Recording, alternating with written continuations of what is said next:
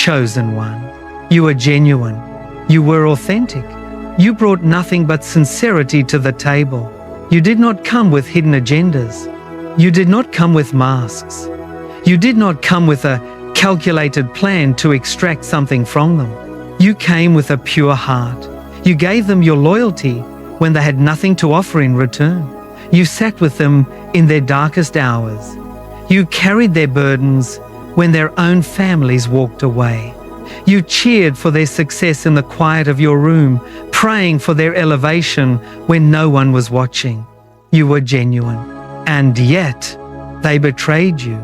They turned their backs on you. They took the very secrets you shared in vulnerability and turned them into weapons to destroy your reputation. They whispered behind closed doors.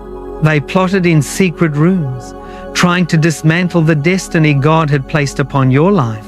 They took your kindness and labeled it as weakness. They took your silence and labeled it as guilt. And you have spent weeks, months, or perhaps even years asking the same painful question. Why? Why did they do it? What did I do to deserve this? How could someone I loved, someone I protected, someone I sowed my tears into, turn around and stab me in the back?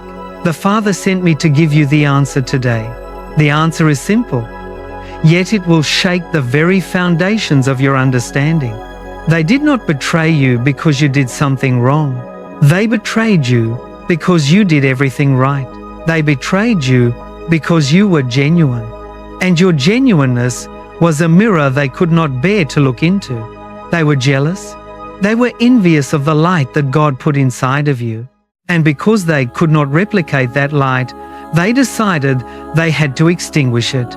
They saw the peace you carried in the middle of the storm. They saw the grace that flowed from you even when you had nothing. They saw that no matter how hard life hit you, you still stood tall, you still spoke the truth, and you still honored God. And that provoked them. It provoked the hidden insecurity in their own hearts. Every time they sat next to you, your sincerity was a silent judgment on their compromise. Your authenticity exposed their hypocrisy. And instead of repenting, instead of asking God to heal their own brokenness, they decided to attack the mirror. They thought if they could break you, they could quiet the voice of conviction in their own souls. But God wants you to know today that their betrayal was not a surprise to heaven. It was not a mistake. It was the final boundary line God used to separate you from what was destined to destroy you. Chosen one. Let us speak of the pain of the steering wheel. Do you know what that feels like? To sit in your car with the engine off, staring at the dashboard, unable to go inside because the weight on your chest is too heavy? You scroll through old text messages. You look at the photos of the people you once called brothers, sisters, friends, or partners, and you feel a physical ache in your chest. You think to yourself, I would have taken a bullet for them. I gave them my last dollar. I defended them when their names were dragged through the mud, and now they are the ones dragging mine. The pain of betrayal is not like the pain of a physical wound. A physical wound heals with time, but betrayal poisons the very well of your trust. It makes you look at everyone with suspicion. It makes you want to build high walls around your heart. It makes you say, I will never let anyone in again. I will never be vulnerable again. I will become cold. I will become calculated. I will play the game the way they play it. But the Father is saying to you today, do not let their darkness steal your light, chosen one. Do not let their jealousy turn you into a replica of them. Your pure heart is your greatest asset. It is the very reason I chose you. If you close your heart, the enemy wins. But if you keep your heart open, I will defend you. In the book of Psalms, chapter 41, verse 9, King David understood this exact pain. He wrote these words, even my close friend, whom I trusted, who ate my bread, has lifted up his heel against me. Think about that imagery. Lifted up his heel. It is the image of a horse kicking the one who feeds it. It is the image of someone who sat at your table, who shared your food, who felt the warmth of your hospitality, and then used the strength they gathered from your table to kick you when you were down. David was not betrayed by his enemies. He was betrayed by the ones he trusted. He was betrayed by the ones he ate bread with. And that is what made the wound so deep. But David did not let the betrayal destroy his destiny. He did not let the poison of Achitophel's betrayal turn him into a bitter, suspicious man. He took the pain to the Lord, and God vindicated him. The heel that was lifted against David became the very step God used to elevate David to a higher throne. And the same is true for you, chosen one. C.S. Lewis, in his profound book, The Four Loves, wrote about the spiritual risk of being genuine and loving others. He wrote these words: "To love at all is to be vulnerable. Love anything and your heart will be wrung and possibly broken. If you want to make sure of keeping it intact, you must give it to no one, not even an animal. Wrap it carefully round with hobbies and little luxuries. Avoid all entanglements. Lock it up safe in the casket or coffin of your selfishness. But in that casket, safe, dark, nearly motionless, airless, it will change. It will not be broken. It will become unbreakable, impenetrable, irredeemable." Think about the choice Lewis is presenting. You can protect your heart by locking it in a coffin of selfishness. You can refuse to be genuine. You can choose to never trust, never love, and never open up again. But if you do that, your heart will not remain safe. It will die. It will become hard, cold, and impenetrable. It will become like the hearts of the people who betrayed you. The enemy did not just want to steal your friendship. He wanted to steal your capacity to love. He wanted to turn the chosen one into a cold, suspicious, and bitter soul. But you must choose the vulnerability of the cross. Jesus was betrayed by Judas, a man who sat at his table, a man who dipped his hand in the same dish, a man who kissed his cheek. And yet, Jesus did not close his heart. He did not look at the other 11 disciples with suspicion. He did not stop loving. He kept his heart open, even to the point of stretching his arms wide on the cross to die for the very world that rejected him. That is the power of the chosen one. Your genuineness is not a weakness. It is the target of the enemy because it is the signature of heaven on your life. They saw that signature and they were jealous of it. They saw that you carried a divine favor that money cannot buy. They saw that doors opened for you without you having to scheme. They saw that people were drawn to your spirit, not because of your status, but because of your sincerity. And their jealousy turned into sabotage. But hear this decree from the Father today. The pit they dug for you is the very pit they will fall into. The lies they told about you are the very lies that will expose their own shame. God is about to vindicate you, not in secret, but in the presence of your enemies. He is preparing a table for you in the presence of the very people who lifted their heels against you. But before he sets the table, he is asking you to make a decision. Will you let go of the bitterness? Will you keep your heart soft? Will you trust that the Father of justice is fighting your battle? Chosen one, if you are ready to declare that the enemy will not steal your purity, if you are ready to keep your heart open, trusting in the divine protection of the Father, if you are ready to say that your genuineness is your mantle and you will not trade it for the armor of bitterness, I want you to release this declaration of faith right now. Open the comments below and type, "I will not close my heart." Let these words be your decree in the spiritual realm. Let the host of heaven hear that you have refused the poison of betrayal. Type, "I will not close my heart." And as you type it, feel the constriction in your chest begin to loosen. Feel the peace of God flood the wounded places of your soul. You are not defeated. You are simply being set apart. and the vindication that is coming is massive. Keep your heart open. Your God is fighting for you. Chosen one. Let us pull back the curtain on the silent watchers. Let us speak of the ones who stood close to you, not to support you, but to study you. They did not walk with you because they loved your destination. They walked with you because they wanted to audit your progress. They were the silent auditors of your blessings.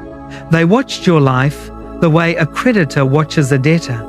Every time God gave you a victory, they did not celebrate.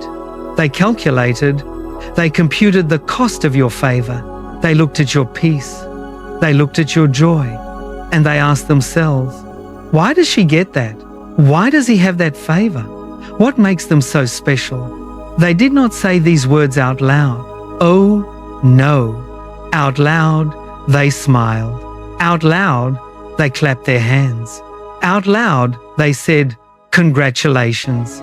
But in the quiet of their own thoughts, a dark, heavy poison was beginning to compile. Envy, jealousy, a quiet, simmering hostility that grows in the shadow of another person's light. You did not know it was happening. Because you are genuine, you assumed they were genuine too. You thought because you rejoiced when they were blessed, they would do the same for you. You did not know that your blessings were causing them pain. You did not know that your testimonies were wounding their pride. Every time you shared how God came through for you, it was a reminder to them of what they lacked. Not because God did not want to bless them, but because they refused to pay the price of intimacy with God that you paid in the secret place. They wanted the oil, but they did not want the crushing of the olives. They wanted the crown, but they did not want the wilderness. And so, instead of seeking the source of your light, they grew to hate the vessel that carried it. In the book of Proverbs, chapter 27, verse 4, the scripture exposes this dark reality. Wrath is cruel, and anger is overwhelming. But who can stand before jealousy? Think about the hierarchy of destruction in that verse. Wrath is cruel. It is loud. It is like a sudden storm that damages what is in its path. Anger is overwhelming. It is like a flood that sweeps over the banks, drowning the landscape. You can see wrath. You can hear anger. You can build a shelter to protect yourself from a flood. But who can stand before jealousy? Jealousy is different. Jealousy does not shout. Jealousy does not warn you. Jealousy is a silent, odorless gas that fills the room while you are sleeping. It is a quiet, venomous snake that hides under the flowers of friendship. It sits at your dinner table. It listens to your plans. It smiles at your face. And then, when your back is turned, it releases the poison. You cannot defend yourself against what you cannot see. You cannot prepare for an attack from a hand you are holding. And that is why jealousy is more dangerous than wrath and anger combined. It is a spiritual force of sabotage that operates in the dark, driven by a deep, unresolved pride. Chosen one. C.S. Lewis, in his masterwork Mere Christianity, wrote one of the most brilliant expositions on this very subject. In the chapter titled The Great Sin, he wrote about the nature of pride and how it breeds envy and competition. He wrote these words: "Pride is competitive by its very nature, while the other vices are competitive only, so to speak, by accident. Pride gets no pleasure out of having something, only out of having more of it than the next man. We say that people are proud of being rich or clever or good-looking, but they are not. They are proud of being richer or cleverer or better-looking than others. If the 99 others became equally rich or clever or good-looking, there would be nothing to be proud of. It is the comparison that makes you proud, the pleasure of being above the rest. Once the competitor element is gone, the pride is gone." Think about that profound diagnosis. Pride does not want to be blessed. Pride wants to be more blessed than you. The people who envied you did not actually need what you had. If they had received the same blessing, they still would not have been satisfied if they saw you rising, because their happiness was not built on their relationship with God. Their happiness was built on the comparison. They needed you to remain below them so they could feel secure. They needed you to remain in the pit so they could feel like they were on the mountain. As long as you were struggling, as long as you were the project they could pity, they were happy to be your friend. They loved you when you were broken, because your brokenness made them feel strong. But the moment God began to lift you up, the moment the oil of favor began to manifest on your life, the comparison was broken. The balance of their pride was shattered. They could no longer look down on you. And that is when the friendship ended and the audit began. They began to scrutinize your life. They looked at your flaws. They looked at your past mistakes. They whispered to others, "How is God using them? I know their history. They are not as holy as they pretend to be. They do not deserve that promotion." They became the self-appointed auditors of your grace, trying to find a deficit in your accounts to justify their own envy. They wanted to prove to the world and to themselves that your blessing was a mistake, chosen one. This is the tragedy of the envious heart. They do not realize that in trying to block your favor, they are blocking their own. They do not realize that the kingdom of God does not operate on comparison. There is infinite joy, infinite favor, and infinite grace available to all who seek the Father. But because they are focused on your portion, they cannot receive theirs. They are like children sitting at a feast, starving because they are too busy staring at the plate of the child next to them. They have become captives to their own pride, and the enemy has used their insecurity to recruit them into his army of sabotage. Do not be angry with them. Do not seek to pay them back. Do not try to convince them of your innocence. They are already carrying the heaviest punishment a soul can bear, the torment of their own envy. A person who is jealous of you is a person who is constantly tortured by your existence. Every time you succeed, they feel a burn. Every time you smile, they feel a sting. They have made themselves prisoners of your destiny, and God is about to show you that their audit is over. The ledger is closed.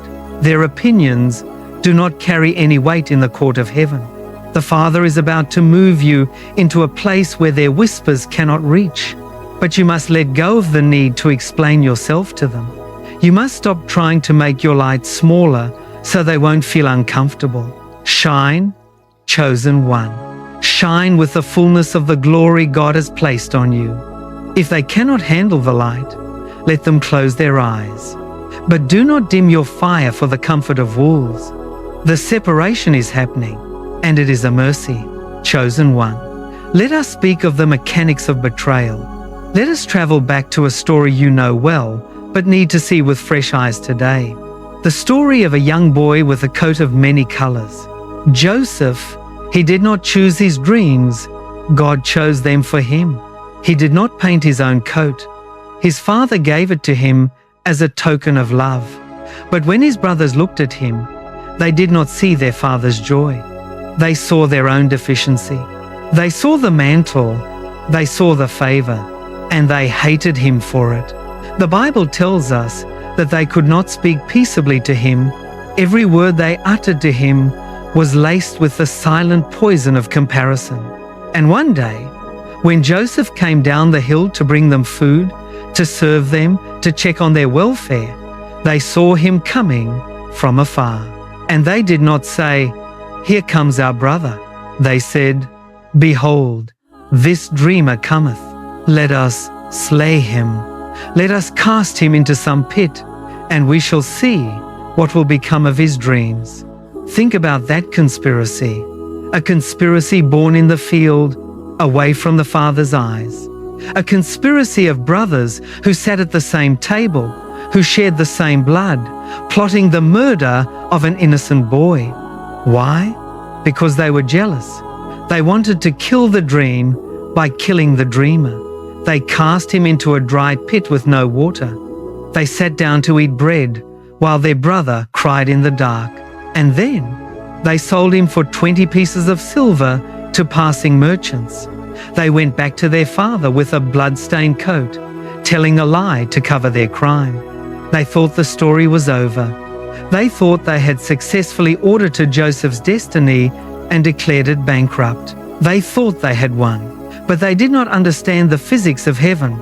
They did not know that the pit they threw Joseph into was not his grave. It was his transportation. They thought they were selling him into slavery, but they were actually paying his fare to Egypt. They thought they were destroying his dreams, but they were actually setting the stage for the fulfillment of the prophecy. 20 years later, a famine hit the land, and the brothers had to travel to Egypt to buy food. And when they stood before the prime minister of the greatest empire on earth, bowing down in the dust, they did not recognize the man on the throne. But Joseph recognized them. He saw the brothers who had plotted his death. He saw the hands that had thrown him into the pit. He had the power to destroy them with a single word. He had the power to pay them back with compound interest.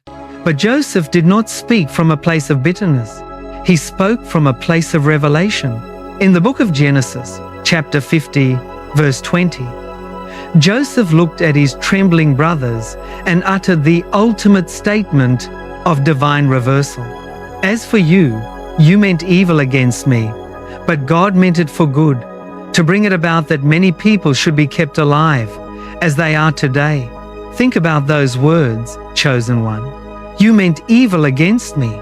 Joseph did not deny their intentions. He did not pretend they were good people who just made a mistake. No, he acknowledged the malice. He acknowledged the pain. He acknowledged that they wanted to destroy him. But God, those two words changed the entire equation. But God meant it for good. The word meant in Hebrew is times shashab. It means to weave, to calculate, to design. It is the word used for a weaver who takes different threads and weaves them into a beautiful tapestry. The brothers brought black threads of betrayal, hatred, and jealousy. They threw those threads at Joseph, trying to choke him. But the father took those black threads and wove them into the fabric of Joseph's promotion. God took their evil plan and edited it. He took their conspiracy and repurposed it. He took their 20 pieces of silver and invested it in Joseph's future. What they intended for your destruction, God has already rewritten for your acceleration. Chosen one. This is the Joseph pattern, and it is active in your life right now. The people who betrayed you thought they were ending your story. They thought by writing that email, by spreading that rumor, by breaking that covenant, they were putting you in a pit you could never escape. They thought they'd left you in the dark, but they did not know that you are a seed, and you do not die in the dark, you grow. They did not know that the pit was the only way to get you out of Jesse's house. If Joseph's brothers had loved him, Joseph would have stayed in Canaan. He would have remained a shepherd boy. He would have lived and died in the shadow of his brother's mediocrity. The betrayal was the only force strong enough to eject Joseph from his comfort zone and launch him into his destiny. Sometimes, God has to allow the betrayal to happen because you are too loyal to walk away on your own. You would have stayed at that table. You would have kept feeding the people who were draining your spirit. You would have kept trying to save a connection that was destined to poison you. And so, God allowed them to lift their heel. He allowed them to drop the mask. He allowed them to push you into the pit. It felt like rejection, but it was redirection. It felt like a burial, but it was a planting. And now, the Father is about to bring you into the palace of your restoration. The famine is coming to their territory. The dry season is hitting the land of the saboteurs, and they will have to look to the very person they tried to destroy for their survival. Not so you can gloat, not so you can punish them, but so they can see that the mantle they envied was never yours to begin with, it was God's. And you cannot destroy what God has anointed.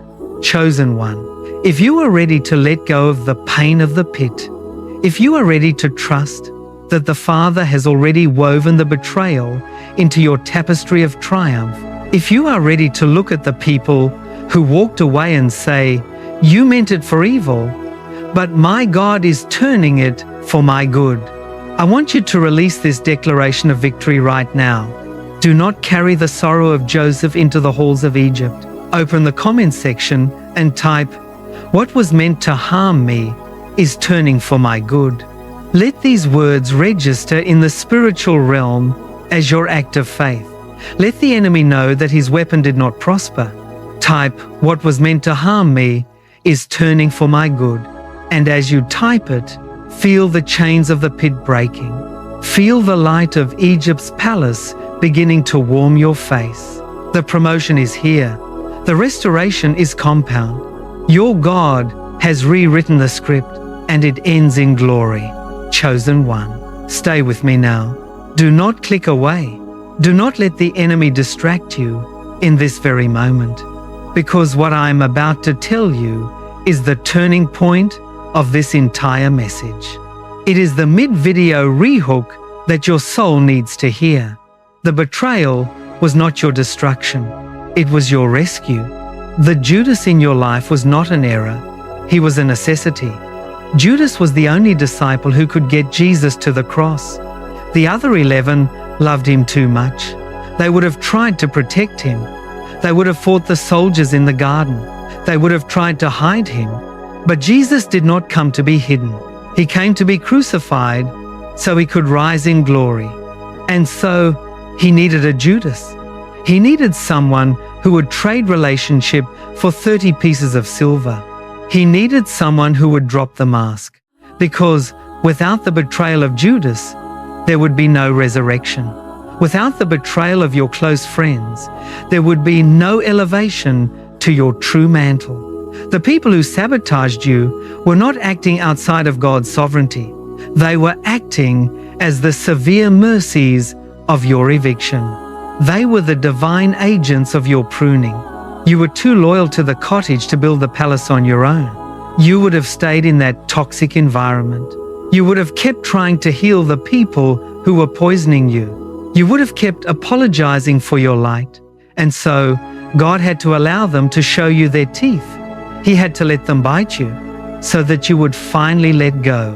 In the Gospel of Matthew, chapter 10, verse 36, Jesus spoke a hard, heavy truth to his disciples. And a person's enemies will be those of his own household. Think about that warning. Those of his own household. The word household in Greek is times oikiakos. It does not just mean blood relatives. It means the people who belong to your inner circle, the people who have keys to your house, the people who sit on your couch, the people who know your schedule, your weaknesses, and your dreams. Jesus is telling us that the greatest warfare you will ever face will not come from strangers. It will come from the people who are closest to you, because proximity breeds comparison, and comparison breeds envy. A stranger does not know how much favor is on your life. A stranger does not see your daily growth, but the person in your household sees it. They see the oil. They see the grace. And if their own heart is not aligned with God, that proximity will provoke their deepest insecurities. They will become your enemies, not because of what you did to them, but because of what God is doing in you. And they will try to sabotage the work from the inside. Chosen one. C.S. Lewis, in Mere Christianity, wrote about the reality of living in a world that is not neutral. He wrote about the spiritual warfare that surrounds us every day. In Book 2, Chapter 2, he wrote these words, "Enemy-occupied territory. That is what this world is." A Christian's life consists in maintaining a bold front in that territory.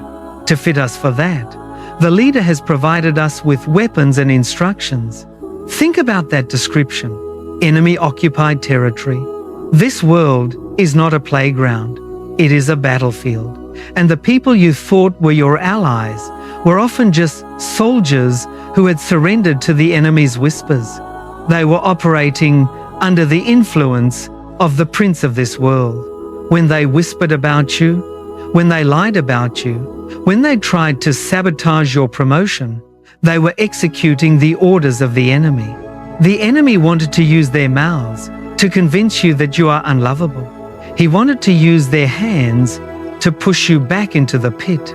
But God is saying to you today, do not fight the flesh and blood, chosen one. Do not waste your energy arguing with the puppets. Look at the hand that is pulling the strings. It is the enemy trying to distract you from the palace. If you spend your time trying to get revenge on Judas, you will miss the resurrection. Let them go. Release them to me. My justice is perfect, and my timing is sovereign. The betrayal was the pruning. In the natural world, a gardener does not prune a branch because he hates it. He prunes it because he loves the fruit. He cuts away the dead wood. He cuts away the branches that are taking up nutrients but producing nothing. It is a painful process. The branch bleeds. It looks stripped. It looks bare. But in the next season, the branch that was pruned produces twice as much fruit. The people God cut away from your life were the dead branches. They were taking up space in your heart. They were draining your emotional energy. They were demanding your loyalty while plotting your downfall. If they had stayed in your next season, they would have choked the new blessings. They would have poisoned the new relationships. The pruning was a mercy. It was the Father clearing the canopy so that the Son of His favor could reach your roots. So stop mourning the branches that fell. Stop trying to tape them back onto the tree. They are gone. And it is good that they are gone. Now, the Father is asking you to make the final act of release. Will you let them go? Will you stop checking their social media? Will you stop asking mutual friends how they are doing? Will you stop rehashing the old arguments in your head while you are trying to sleep? Chosen one, if you are ready to cease the warfare in your own strength, if you are ready to hand the case over to the judge of all the earth, if you are ready to declare that you will not carry the weight of Judas into the land of Egypt, I want you to release this declaration of absolute release right now. Open the comments section and type, I release them to God. Let these words be your signature on the release papers of your heart. Let the spiritual realm hear that the chosen one is no longer bound by the bitterness of betrayal. Type, I release them to God. And as you type it, feel the heavy chains of resentment fall off your hands. Feel the freedom of the wilderness begin to fill your lungs. You are no longer their prisoner. You are free. And the vindication that is coming is massive. Release them. Your God has the case. Chosen one. Let us speak of the court of heaven. Let us speak of what happens when the silence of God ends and the defense of the Father begins. For months, you have sat in the defendant's chair. You have listened to the accusations of those who envied you. You have heard their whispers. You have watched them wink their eyes at each other, celebrating the fact that they managed to push you out. They thought they were the judge, the jury, and the executioner of your calling. They thought because God was silent, God was agreeing with their sabotage. But they did not know that the silence of the judge is not the absence of the judge. The judge was simply taking notes. The Father was waiting for the cup of their injustice to become full. And now, the gavel is coming down. God is rising from His throne to enter the courtroom on your behalf. And when God becomes your defense attorney, the case of the enemy is thrown out. The lies they wove are beginning to unravel. The traps they set for you are catching their own feet. In the book of Psalms, chapter 35, verses 19 and 20, King David pleaded for this divine intervention. Let not those rejoice over me who are wrongfully my foes, and let not those wink the eye who hate me without cause. For they do not speak peace, but against those who are quiet in the land, they devise words of deceit. Think about that description of the chosen one. Those who are quiet in the land, that was you. You did not go on social media to defend your name. You did not call 10 different people to tell your side of the story. You did not hire a PR team to fix your reputation. You remained quiet. You sat in the wilderness, crying in the secret place, telling the Father, Lord, you know my heart. You know I am innocent. I leave it in your hands. And because you were quiet, they thought they could run over you. They thought your silence was permission to print more lies. They devised words of deceit. They plotted in the shadows against the quiet, the gentle, and the authentic. But the Bible says that God is the defender of the quiet. He is the shield of the sincere. When you remain silent, you give God the space to speak. And when God speaks, the whole earth must listen. His voice is like the sound of many waters, drowning out the whispers of the saboteurs. He is about to silence the tongues that accused you, not by destroying them, but by promoting you. The greatest defeat for a jealous heart is to watch the object of their envy rise. They wanted to see you fail. They wanted to see you crawl back to them, begging for their help. But instead, they will have to watch you fly. Chosen one. C.S. Lewis, in one of his letters of comfort, wrote about the transition that happens when we leave the painful past behind. He wrote these classic words, "There are far, far better things ahead than any we leave behind." Think about the things you are leaving behind. The toxic circles, the double-minded friendships, the environments that forced you to hide your light, the people who envied you while pretending to love you. The enemy wants you to look back. He wants you to stand at the edge of your new season, looking back at the smoking ruins of your old relationships, wishing things could have been different. He wants you to waste your tears on what was lost. But Lewis is reminding you of a covenant truth. The palace is better than the cottage. The restoration is better than the preparation. What is ahead of you is so massive, so beautiful, and so secure that the memory of the betrayal will fade like a bad dream. You are not going to look back with regret. You are going to look back with gratitude. You will say, "Thank God they betrayed me. Thank God they pushed me out of the nest. If they had stayed, I would have never seen the far, far better things." The severe mercies of God have severed the ties that bound you to the ground, and now you are free to ascend. The Father is releasing your vindication. It is a public vindication. He is putting a crown on your head where they tried to put a mark of shame. He's expanding your territory. He is giving you true alignments, people who will celebrate your light because they carry the same light in their own souls. No more jealousy, no more secret auditing, no more winking of the eye behind your back. You are entering a territory of peace. But you must let the past burn. Do not look back, chosen one. Look forward. The future is bright, and the vindication is secure. The judge has declared your innocence, and the payout is compound.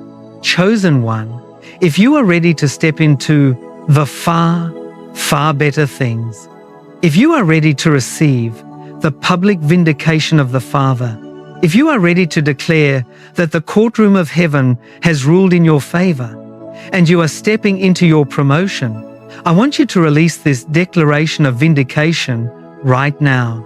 Open the comment section and type, "My vindication is secure." Let these words be your signature on the decree of heaven. Let the host of heaven hear that you have accepted the verdict of the Father. Type, "My vindication is secure." And as you type it, feel the heavy robes of the accused sliding off your shoulders. Feel the robe of the King's favor being draped over you. The trial is over. The victory is yours. And the restoration is massive. Look forward. Your God has defended you, chosen one. You have crossed the threshold. The trial is finished. The verdict has been recorded in the books of heaven. Wait, verdict is spelled verdict. And now we establish the boundary stone of your new season. We seal the borders of your restored territory. The enemy knows he has lost you. He knows that he can no longer use the weapon of betrayal to keep you in the pit. But he will try one last strategy. He will try to tempt you to look back, to carry the memory of the fire into the palace. But God is saying to you today, I am setting a seal upon your heart, chosen one. The people who left are gone forever. The door they walked out of is locked and double-bolted by my own hand. No weapon they try to forge in their dark rooms will ever reach your name again. In the book of the prophet Isaiah, chapter 54, verse 17, the Father establishes this eternal covenant. No weapon that is fashioned against you shall succeed, and you shall refute every tongue that rises against you in judgment. This is the heritage of the servants of the Lord, and their vindication from me, declares the Lord. Think about that promise. No weapon. It does not say the weapons will not be fashioned. They will try to fashion them. They will try to write the letters. They will try to make the phone calls. They will try to compile the lists of your flaws. But the promise is, it shall not succeed. The metal will melt in the heat of my presence. The hammer will break against the shield of my favor. And every tongue that rises against you, every whispering tongue, every lying tongue, every auditing tongue that tries to judge your grace, you shall refute. How? Not by arguing, but by existing. Your elevation will refute them. Your peace will refute them. Your joy, in the very place where they expected you to weep, will be the ultimate refutation of their lies. This is the heritage. This is your inheritance, chosen one. Vindication is not something you have to beg for. It is your birthright as a servant of the Most High. It is the signature of the Father on your passport to destiny. So stand tall. Look the future in the eye. The weapons of the past have lost their power. Chosen one, let us seal this work in the presence of the Lord. I want to pray for you today. I want to lay hands on your spirit through the medium of this audio. If you can, quiet your mind. Close your eyes. Let the weight of the last season slide off your shoulders. Receive these words of prayer. Father, in the name of Jesus, I lift up the chosen one who is listening to my voice today. You have seen the tears they cried in the dark hours of their kitchen. You witnessed the moment the heel was lifted against them by the person they trusted. You heard the whispers, Father. You recorded the conspiracies of envy. And today, we thank you. We thank you because you did not let the pit become their grave.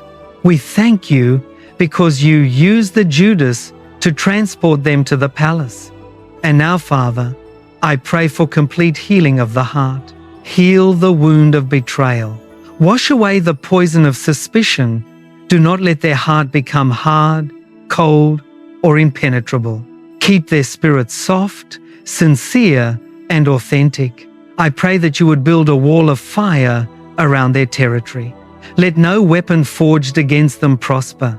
Let every lying tongue be silenced by the velocity of their elevation. Bring them into the far, far better things. Give them the compound interest of the hidden years. Double honor for their shame. Double peace for their warfare. And Father, send the true alignments. Send the brothers and sisters who will celebrate their light, who will carry the basket with them, and who will stand by their side in sincerity.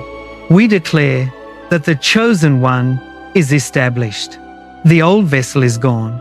The palace doors are open, and their vindication is secure. In Jesus' mighty name we pray. Amen. Chosen one, if you believe this prayer, if you receive this covenant seal on your heart, if you are ready to declare that the weapons of the past have failed and the heritage of the Lord is your current reality, I want you to release this double declaration of victory. Open the comment section right now and type, "No weapon shall prosper." Let these words be your shield in the atmosphere. Type, "No weapon shall prosper." And as you type it, feel the strength of the Father returning to your bones. Feel the absolute protection of the covenant surrounding you. And then, as our final seal, open the comments again and type, "I receive my vindication." Let these words be your crown. Let the spiritual realm hear that the chosen one has walked into the palace and the trial is officially closed. Type, "I receive my vindication." You are established. The wilderness is behind you. The restoration is massive. Go forward in peace. Your God has won the battle.